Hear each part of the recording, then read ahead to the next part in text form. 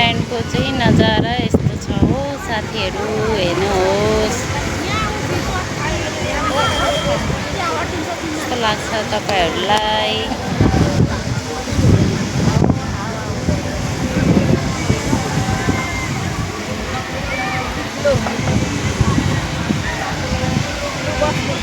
Hello baby खुसी खुसी के भयो मेरो बेबीलाई? के भयो बाबा? किन रिसाएको? खुसी किन रिसाउनु भएको?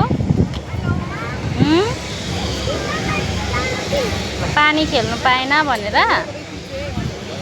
पानी खेल्नु पाएन भनेर चाहिँ मेरो छोरी पुरा रिसाएको छ हो साथीहरू।